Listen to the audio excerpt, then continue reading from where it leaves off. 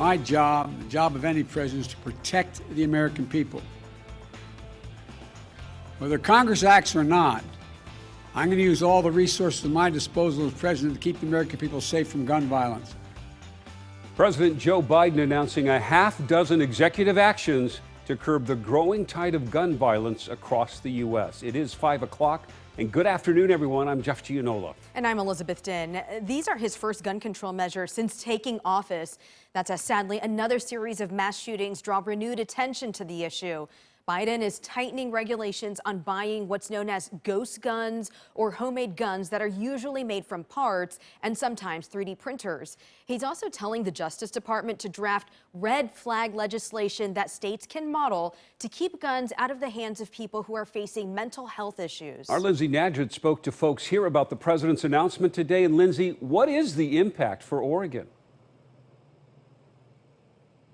Well, as you mentioned, part of President Biden's plan aims to make it easier for states to adopt red flag laws, which are also known as extreme risk protection orders. That's something both Oregon and Washington already have.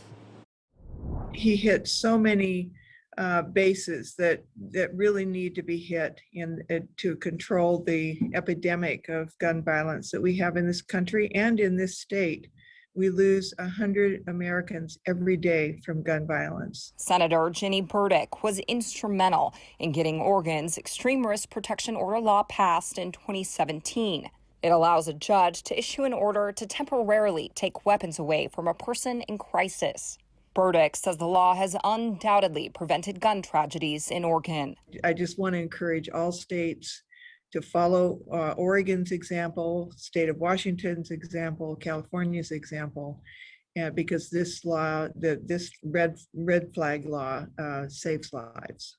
Another part of Biden's plan includes a proposed rule to curb the number of ghost guns, something Penny Okamoto with Ceasefire Oregon says advocates here have pushed for as well.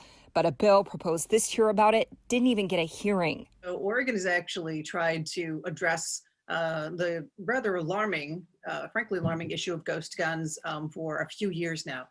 I could not get anyone on the other side of this issue to speak with me today, despite reaching out to several gun stores, Republican lawmakers, and gun rights advocacy groups.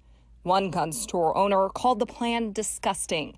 The Oregon Firearms Federation declined to do an interview. When I asked for a statement, they said I would if I thought there was any chance it would not be mangled, but those days are gone.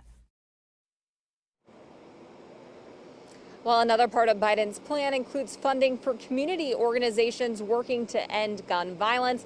That's something we also saw Portland City Council prioritize yesterday in the $6 million gun violence reduction package that was passed. Reporting live, I'm Lindsay Nadgett, KOIN 6 News.